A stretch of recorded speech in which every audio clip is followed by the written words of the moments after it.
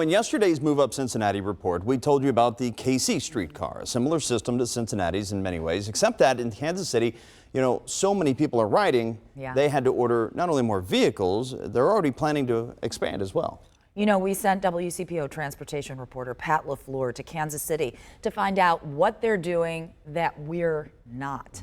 One big difference he found, the KC Streetcar is free to ride, but would that work here? That's the question. Here's Pat with more. I'm here at one of Kansas City's 16 streetcar stops that run throughout its central business district. As you can see, it looks an awful lot like Cincinnati's streetcar stops, but with one major difference: no ticket machines. That's because here in Kansas City, it's free to ride the streetcar. When we spoke with KC Streetcar riders, one theme came up time and again, above all else. It's free to ride. Free to ride, yep. So you think it being free is a big reason why? Oh, yeah. Glenn Grayson works in downtown Kansas City and rides the streetcar just about every day as a way to break up his work routine. He said being able to just hop on is a big factor for him. That's another reason why I can do it every day. Yeah. Would that be different if it was a service you had to pay for every day?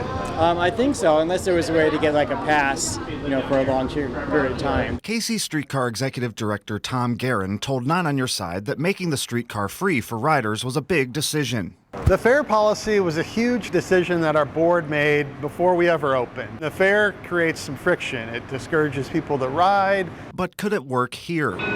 Streetcar advocates like John Schneider have pushed the idea since before the Cincinnati Bell Connector opened. He agrees the ticketing purchase process creates a barrier. I can buy a ticket fairly quickly because I know how to do it. To a new user, they're complicated. It's a question City Council put to city staff last year. In this report, City Manager Patrick Duhaney said it costs the city more than $200,000 to collect streetcar fares, but Duhaney also said eliminating fares would incur new ongoing costs like the need for added security. In Kansas City's case, Guerin said they sidestepped the fare issue altogether in the way they finance operations. And because our system is in part supported by a sales tax, that sales tax collection is then funneled back into the system, almost like an indirect fare. Meanwhile, the city is piloting a free Rides on Red's Home Days program and testing how it impacts ridership.